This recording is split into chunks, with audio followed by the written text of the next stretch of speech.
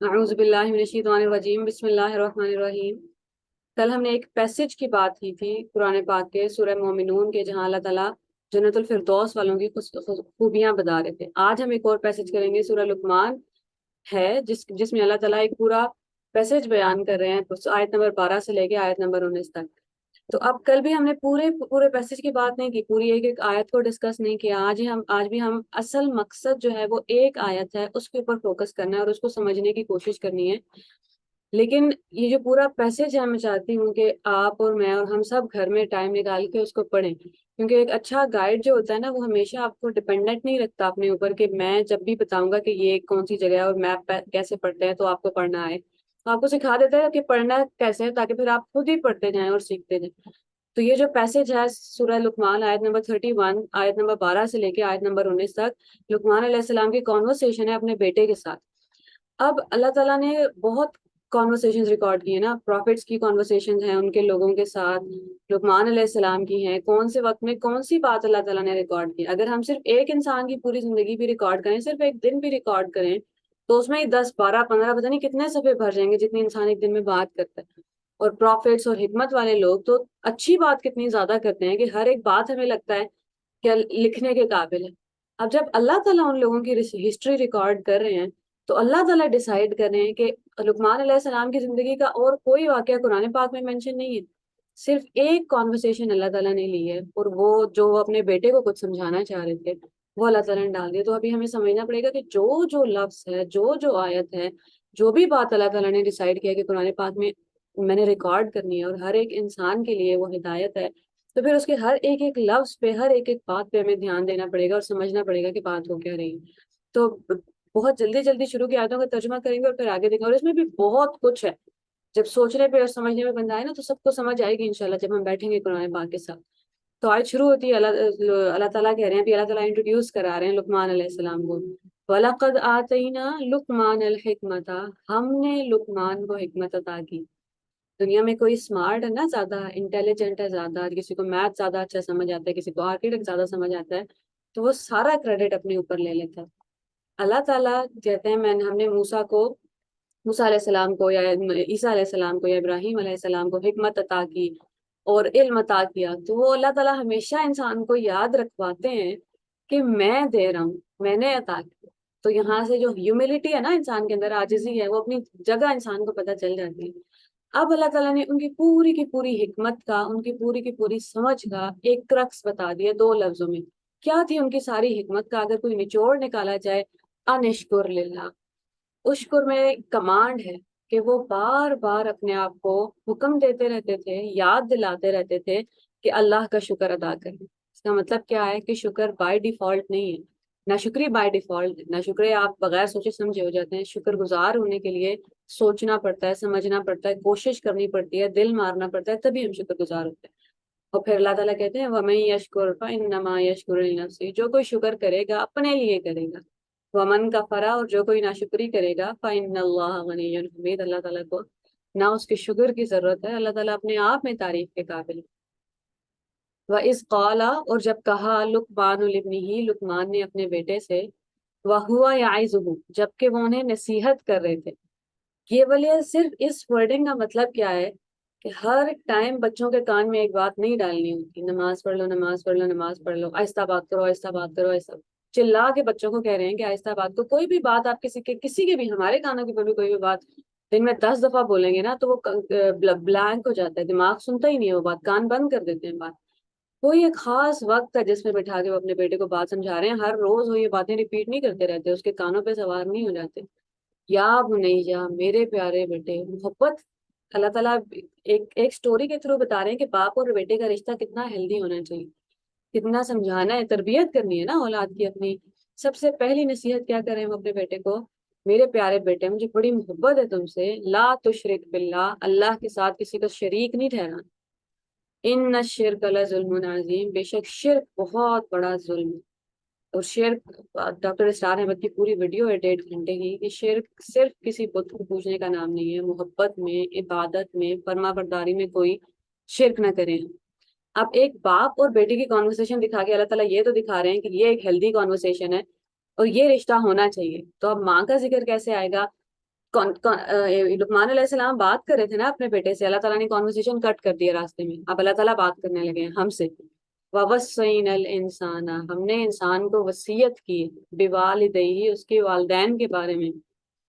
حَمَلَتْهُ أُمُّهُ وَهْنًا عَلَى وَهْنٍ, اس کی ماں نے اسے کمزوری کے اوپر کمزوری میں اٹھا کے رکھا. وَفِصَالُهُ فِي عَامَيْنِ, اور 2 سال تک اس کا دودھ چھڑانا ہوا. اب آج کل ہمیں بڑی کمپلینز ہوتی ہیں نا ماں باپ سے, یا ماں باپ کی وہ جو اسٹرگل وہ بعد میں کرتے ہیں, وہ تو ہمیں دکھ جاتے ہیں کہ اچھا امی کھانا بنا رہی ہیں اور جلدی اٹھ رہی ہیں, سب سے پہلے اٹھ رہی ہیں اور گرمی میں کام کر رہی ہیں. یا ابو کی اسٹرگل بھی دکھ جاتی ہے کہ کام پہ جا رہے ہیں, صبح سے جا رہے ہیں, شام میں واپس نہیں آ رہے. اور جتنی ہمیں اسٹرگل دکھتی ہے اکثر ہم اس سے منہ موڑنے کی کوشش کر رہے ہوتے ہیں کہ کیا ہی کیا ہے ہمارے والدین نے ہمارے لیے, جو میں چاہتا ہوں وہ تو نہیں کیا نا. ضرورت پوری کر دی ہے تو میری خواہشوں کی لسٹ تو اتنی لمبی ہے, کچھ بھی نہیں کیا انہوں نے میرے لیے. کبھی کبھی وہ ہوتی ہیں کہیں نہ کہیں کوتاہیاں, کمیاں اصل میں بھی رہ گئی ہوں گی. اللہ تعالیٰ کیا کہہ رہے ہیں, بھلے آپ کو اور مجھے, ہمیں دنیا کے کسی بھی انسان کو لگ رہا ہے کہ میری ماں امی نے, میرے ابو نے کچھ نہیں کیا میرے لیے, کیا بہت کچھ ہے لیکن آپ اتنے ناشکرے ہو گئے. بات شروع ہی شکر سے ہوئی تھی نا. جسٹ دا فیکٹ دیٹ آپ ان کی اولاد ہیں, صرف یہ حقیقت کہ انہوں نے آپ جب ان کے اندر پل رہے تھے تو کتنی تکلیف اٹھائی ہے. اللہ تعالیٰ اس تکلیف کا ذکر کر رہے ہیں. اور جب پیدا ہو جاتا ہے بچہ, اس دنیا میں آ جاتا ہے, وہ جب چھوٹا ہوتا ہے نا, جو راتوں کو جگاتا ہے, اور جب آپ کھانا کھا رہے ہیں تبھی بچہ نیند چلی جاتی ہے, آرام چلا جاتا ہے, اور کتنی تکلیف اٹھا کے. تو اللہ تعالیٰ کہہ رہے ہیں اور کچھ نہیں تم نے اکنالج کرنا. اس بات سے تو ڈینائی نہیں کر سکتے نا کہ آپ اسی والدہ کی اولاد ہیں, اسی عورت کی اولاد ہیں. تو جسٹ دا فیکٹ کہ انہوں نے آپ کو جنم دیا ہے, کہ انہوں نے آپ کو پیدا کیا ہے, کافی ہے اس کے لیے. انشکر لی, کہ تم میرا شکر کرو. ولی والدیک, اپنے والدین کا شکر ادا کرو. نہیں دکھ رہی کوئی اچھائی دنیا کے اندر, نہیں اتنے نا شکرے ہو گئے آپ کہ آپ کو کچھ نہیں دکھ رہا. اتنا کافی ہے کہ وہ آپ کے والدین ہیں, بایولوجیکل پیرنٹس ہیں.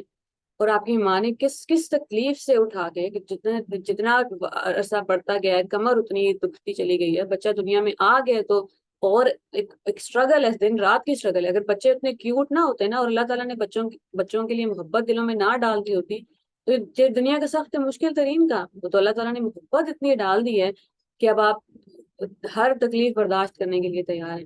اور پھر اگر کسی کو بات سمجھ نہیں آئی, اللہ تعالیٰ نے شروع میں تو بڑے پیار سے بات سمجھائی ہے, وَوَصَّيْنَا الْإِنسَانَ, کسی کو نہیں سمجھ آ رہی, إِلَيَّ الْمَصِيرُ, واپس تمہیں میرے پاس ہی, پھر میں پوچھ لوں گا, پھر میں دیکھ لوں گا. اور وہ صرف إِلَيَّ الْمَصِيرُ میں بات ساری کلیئر. ابھی ہم نے جہاں جو بات کرنی تھی وہ بھی تک شروع بھی نہیں ہوا. پھر آگے اللہ تعالیٰ کہتے ہیں اگر وہ تمہیں شرک کے لیے کہہ رہے ہیں تب بھی ان کو کمپنی دینی ہے, کمپنی دینے سے آپ نہیں چھوڑ سکتے. تب بھی ہمارے تو والدین کے ساتھ اختلافات ہی بڑے چھوٹے چھوٹے ہوتے ہیں, اور اس کی بیس پہ ہم سب سے پہلی چیز کیا کرتے ہیں, ان کے ساتھ وقت گزارنا چھوڑ دیتے ہیں. اللہ تعالیٰ کہہ رہے ہیں اگر وہ تمہیں شرک کے لیے بھی کہہ رہے ہیں تو بات نہیں ماننی, لیکن وقت گزارنا ہے ان کے ساتھ. جو اصل آیت کرنی ہے ہم نے آج کے لیے, وہ ہے, وہ اپنے بیٹے کو آپ دوبارہ کانورسیشن اللہ تعالیٰ نے کٹ کی ہے بیچ میں, اور سمجھانا چاہ رہے ہیں کہ والد کا ذکر تو دیکھ لیا ہے, والدہ کا ذکر یہاں پہ ضروری ہے, کہ امی ابو دونوں کا شکر ادا کرنا ہے.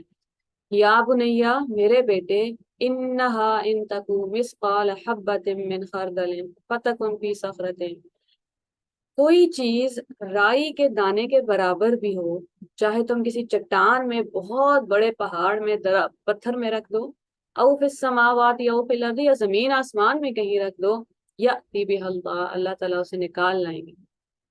قرآن پاک کی ایک آیت ہے جس کا مطلب ہے کہ قرآن پاک کا ایک حصہ دوسرے حصے کو ایکسپلین کرتا ہے. سورہ زلزال کی 7ویں اور 8ویں آیت ہے, جس میں اللہ تعالیٰ کہتے ہیں فَمَن يَعْمَلْ مِثْقَالَ ذَرَّةٍ, جس کسی نے ایک ذرے کے برابر بھی کوئی عمل کیا, خَيْرًا يَرَهُ, نیک عمل کیا, وہ اس کو دیکھ لے گا. اس طرح کی جب بھی ہم آیتیں پڑھتے ہیں ہمارے دماغ میں تو سب سے پہلے برائی آتی ہے نا, کہ چھوٹی چھوٹی بھی جو برائی ہے وہ نکل کے آ جائے گی. اللہ تعالیٰ جب مینشن کر رہے ہیں تو اللہ تعالیٰ سب سے پہلے اچھائی مینشن کر رہے ہیں, کہ وہ جو چھوٹی چھوٹی میری اور آپ کی نیکیاں ہیں اسے ہم نظر انداز نہ کر دیں. بات شروع شکر سے ہوئی تھی نا, اگر میں اپنی چھوٹی چھوٹی نیکی کے لیے شکر گزار نہیں ہوں تو پھر رسول کیا تھا, ہم قرآن پاک میں پہلے پڑھ چکے ہیں, اگر شکر کرو گے تو میں مزید بڑھا دوں گی. اگر میں آج اپنے چھوٹی سی اچھی بات کے لیے شکر گزار ہوں, یا اللہ آج میں نے غصہ نہیں کیا, یا اللہ آج میں نے پوری ایمانداری سے کام کر لیا, بہت ہے, انف ہے. آج آپ نے کسی کو پانی پکڑا دیا ہے, آج آپ نے کسی کے لیے کھانا بنا دیا, آج آپ نے کسی کے لیے بازار سے کچھ لے آئے ہیں, کچھ بھی کیا, چھوٹی سی ایفرٹ, آج آپ نے صرف اچھے سے کسی سے بات کر لی ہے, جب تک اس کو ہم اہمیت نہیں دیں گے نا, ہم نے دنیا میں بھی ہمیں بول بول کے، ہم نے اپنے آپ کو بول بول کے اپنی عزت گرا دی اپنی نظر میں، اور پھر ہمیں لگتا ہے میں جو مرضی کر لوں وہ تو قابل ہے ہی نہیں کہ میں اللہ تعالیٰ کے سامنے پیش کر سکوں. تو اللہ تعالیٰ کہہ رہے ہیں رائی کے دانے کے برابر بھی. اب مزے کی بات یہ ہے کہ اس والی آیت میں، کیونکہ جب تک ہم دنیا میں ہیں تو اس کو اللہ تعالیٰ نے ذرہ نہیں کہا. ذرے سے کیا ہوتا ہے کہ ذرا اگتا نہیں ہے، ذرا پہاڑ میں پڑا ہوا ہے، زمین میں پڑا ہوا ہے، زرخیز زمین میں پڑا ہوا ہے، اس نے ذرہ ہی رہنا ہے. اللہ تعالیٰ کہہ رہے ہیں وہ ذرہ، اور ذرے کی اچھی بات یہ ہے کہ جب آپ کہیں رکھتے ہیں اس کو، ہمیں تو بڑی بڑی چیزیں، آپ ٹوتھ برش رکھ کے بھول گئے، بکس رکھ کے بھول گئے، بیگ رکھ کے بھول گئے، آپ کو مل ہی نہیں رہے. تو جب ذرہ بھی ہم رکھ کے بھول جاتے ہیں نا، ہمیں پتہ نہیں ہے. لیکن ہمیں نہیں پتا کہ ہم نے وہ جو چھوٹی سی نیکی کی تھی وہ کون سی زرخیز زمین میں جا کے چلا گیا، اور کہاں کس نے اس کو پانی دیا، اور کہاں سے اس کو سورج کی دھوپ مل رہی ہے کہ اس چھوٹی سی نیکی کی وجہ سے اب ایکڑ زمین ہے اور بہت ساری زمین پہ فصلیں لگ گئی ہیں. ہماری اس چھوٹی سی نیکی کی وجہ سے ہو سکتا ہے آپ صرف نیکی سے اچھے سے بات کی آپ نے کسی سے، اور بہت سالوں بعد اس نے انسانوں سے نا امید نہیں ہونے دیا اس انسان کو کہ نہیں فلاں انسان کو میں نے دیکھا ہے اچھے سے بات کرتے ہوئے. اور پرسنل زندگی میں ہوا ہے میرے ساتھ، ہمارے مدرسے میں اچھے سے نہیں تھا، ٹرینڈ نہیں تھا اچھے سے بات کرنے کا. اور ایک باجی تھی جن کا مجھے نام بھی یاد ہے، وہ ہمیشہ اچھے سے آگے بات کرتی تھی، پوچھتی تھی کیا حال ہے، اور کسی نے ان کو کبھی غصہ میں نہیں دیکھا تھا، ہر وقت ہنستے ہوئے، ہر وقت اچھے سے. تو جب بھی آپ کا کانسیپٹ اسلام کے بارے میں خراب ہونے لگتا تھا نا، تو وہ فوراً مائنڈ میں آ جاتی تھی کہ وہ بھی تو انہیں کا حصہ تھے. وہ جیسے ایک کوٹ ہے نا کہ اسلام پرفیکٹ ہے، مسلمان پرفیکٹ نہیں ہے. تو ہمیں اپنی کوئی بھی چھوٹی سے چھوٹی نیکی نظر انداز نہیں کرنی، کیونکہ ہمیں نہیں پتا. آپ لوگوں سے چلتے پھرتے سیکھ رہے ہوتے ہیں. کوئی اپنی بہنوں کو کیسے ٹریٹ کر رہا ہے، کسی نے کوئی اپنے ماں باپ کو کیسے ٹریٹ کر رہا ہے، بس آپ دیکھ رہے ہیں اور آپ ان سے سیکھ رہے ہیں. اور اس والے انسان کو پتا بھی نہیں، اسی لیے ہے نا کہ ذرا رکھ کے آپ بھول گئے کہ جس جو کام اچھا کام کر رہے ہیں اس کو بھی اندازہ نہیں ہے کہ کتنی اس کی وجہ سے اللہ تعالیٰ نے برکت ڈال دی ہے. اگر قیامت والے دن ہم اٹھیں گے اور ہم کہیں گے یا اللہ یہ نیکیوں کے اتنے سارے پہاڑ کہاں سے آ گئے، یہ تو میں نے کی بھی نہیں، اتنے حج اور اتنے عمرے. اللہ تعالیٰ کہیں گے وہ جس انسان کو تم نے الف با تا سا سکھایا تھا نا، اس نے زندگی میں پھر جتنی نیکیاں کی ہیں، جتنی بار نماز پڑھی ہے، جتنا حج کی ہیں، جتنے عمرے کی ہیں، اس سب کا ثواب آپ کے اکاؤنٹ میں بھی آتا رہا. اور ہم نیکیاں دیکھتے رہیں گے اور حیران ہوتے رہیں گے کہ اللہ کیا قدرت ہے. اینڈ دا فلپ سائڈ کہ وہی چھوٹی سی اگر ہم نے کوئی برائی کی ہے دنیا کے اندر، اگر ہم غیبت کر رہے ہیں اور کوئی 6 سال کا بچہ ہمیں دیکھ کے اس کو لگ رہا ہے کہ یہ تو عام بات ہے، اگر ہم ایک طرح سے کپڑے پہن رہے ہیں، اگر ہمارا بات کرنے کا ایک طرح کا انداز ہے، تو ہم لوگوں کو جا کے یہ تو نہیں کہہ رہے کہ اس طرح بات کرو. لوگ سیکھ رہے ہیں، انفلوئنس کر رہے ہیں ہم لوگوں کو، اور ہمیں نہیں پتا کہ خدا نہ خواستہ اس ایک برائی نے کتنی فصلیں لگا دی. اور اس ایک بیج سے اب 100 اور دانے نکلیں گے، اور ان 100 دانوں سے اور 1000 دانے نکلیں گے. وہ برائی کی چین کا حصہ تو نہیں بن گئے. وہ کہتے ہیں نا کہ جو پہلا قتل ہوا تھا دنیا پہ، اب دنیا میں جتنے بھی قتل ہو رہے ہیں ان کو، جو پہلا قاتل تھا اس کو اکاؤنٹ کھلا ہوا ہے اور ابھی تک جاتے جا رہے ہیں، مال جاتا جا رہا ہے. تو ہم نے کسی بھی چھوٹی برائی کو بھی اور چھوٹی نیکی کو بھی نظر انداز نہیں کرنا. اس کے بعد کیا کہہ رہے ہیں وہ اپنے بیٹے سے. اب دیکھتے ہیں کہ وہ نیکی جب لقمان علیہ السلام نے اپنے بیٹے کو آخر میں ڈیفائن کی ہے تو وہ کیا ہے، وَلَا تُصَعِّرْ خَدَّكَ لِلنَّاسِ، لوگوں سے منہ پھیر کے، لوگوں سے منہ نہیں پھیرنا. کہ آپ سے کوئی بات کر رہا ہے، آپ کے صبر کی حد یہ ہے کہ آپ بات نہ کر کے یوں منہ موڑ لیں گے، وہ نہیں کر سکتے آپ. وَلَا تَمْشِ فِي الْأَرْضِ مَرَحًا، زمین میں اکڑ کے نہیں چلنا. ان اللہ لا يحب كل مختال فخور، اللہ تعالیٰ کو کوئی خود پسند فخر جتانے والا انسان پسند نہیں ہے. Full of themself obsessed انسان نہیں ہونا چاہیے.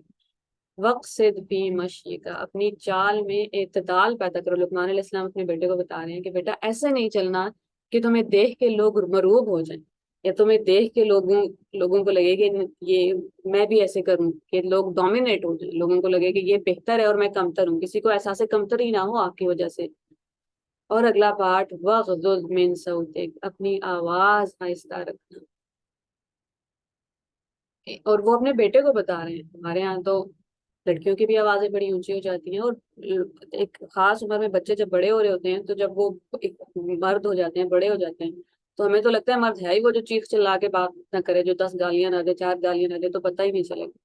تو وہ اپنے بیٹے کو سکھا رہے ہیں کہ بیٹا آواز آہستہ رکھنی ہے. اور اللہ تعالیٰ نے ریکارڈ کیا ہے، وہ اللہ تعالیٰ ہم سب کو اب سکھانا چاہ رہے ہیں. ان انکر الاصوات لصوت الحمیر، سب آوازوں سے زیادہ بری آواز گدھے کی آواز ہے. گدھے کی آواز سنی ہے؟ وہ تو اتنا عجیب چلا رہا ہوتا ہے. جب کوئی بھی انسان جب اونچی آواز میں بات کرتا ہے تو وہ ایسے ہی ہے. اللہ تعالیٰ کو وہ ایسے ہی بری لگتی ہوگی، فرشتوں کو وہ ایسے ہی بری لگتی ہوگی جیسے ہمیں گدھے کی آواز بری لگتی ہے. تو اللہ تعالیٰ کرے کہ ہم اپنی کسی بھی چھوٹی نیکی کو، اپنے کسی بھی عمل کو، اپنی زندگی کو، اپنے ہونے کو انڈر ایسٹیمیٹ نہ کریں. میرے ہونے سے فرق پڑتا ہے، آپ کے ہونے سے فرق پڑتا ہے، ہماری اچھائی اور برائی سے فرق پڑتا ہے. ہمیں نہیں پتا اس ایک اچھے عمل نے کتنے ہمارے لیے راستے کھول دینے ہیں، بھلائی کے، برکت کے، کتنے سارے لوگوں کے لیے کھول دینے ہیں. اور ہمیں نہیں پتا، خدا نہ خواستہ، کہ وہ جو ہمیں لگ رہا ہے کہ میں ہی برا ہوں نا، میں تو کسی کو نہیں کہہ رہا کہ تم بھی ہو جاؤ، نہیں، ہماری وہ چھوٹی سی برائی کہیں کسی کو کوئی راستہ دکھا رہی ہے برائی کی طرف، اور ہم ہو سکتا ہے بچ کے کہیں نکل جائیں اور کوئی کھائی میں گر نہ جائے جس کو ہم نے غلط راستہ دکھا دیا، غلط راستے کی طرف پوائنٹ کر دیا. تو اللہ تعالیٰ کرے کہ ہم اپنی عزت کریں، اپنے اعمال کی عزت کریں. وہ جو حدیث ہے نا کہ اللہ تعالیٰ کو کانسٹنٹ عمل پسند ہے، بھلے چھوٹے ہوں، چھوٹی چھوٹی نیکی روز کرتے رہیں، وہ بہت پسند ہے اللہ تعالیٰ کو، بجائے اس کے کہ ایک ہی دن ساری نیکیاں اور پھر ایک سال کے لیے کچھ بھی. تو اللہ تعالیٰ کرے کہ ہم اللہ تعالیٰ کی ذات سے کبھی نا امید نہ ہوں، اور اپنے ہر چھوٹے نیکی پہ اللہ تعالیٰ کا شکر ادا کرتے رہیں، اور اللہ تعالیٰ سے معافی مانگیں بیٹھ کے کہ یا اللہ، اگر میری کسی برائی نے کہیں فصلیں لگا دی ہیں تو ان فصلوں کو آگ لگا دیں، میرے گناہ بخش دیں، اور میری وجہ سے اگر کوئی برائی دنیا میں پھیل گئی ہے تو اس کو بھی بخش دیں، ہم سب کو معاف کر دیں. السلام علیکم.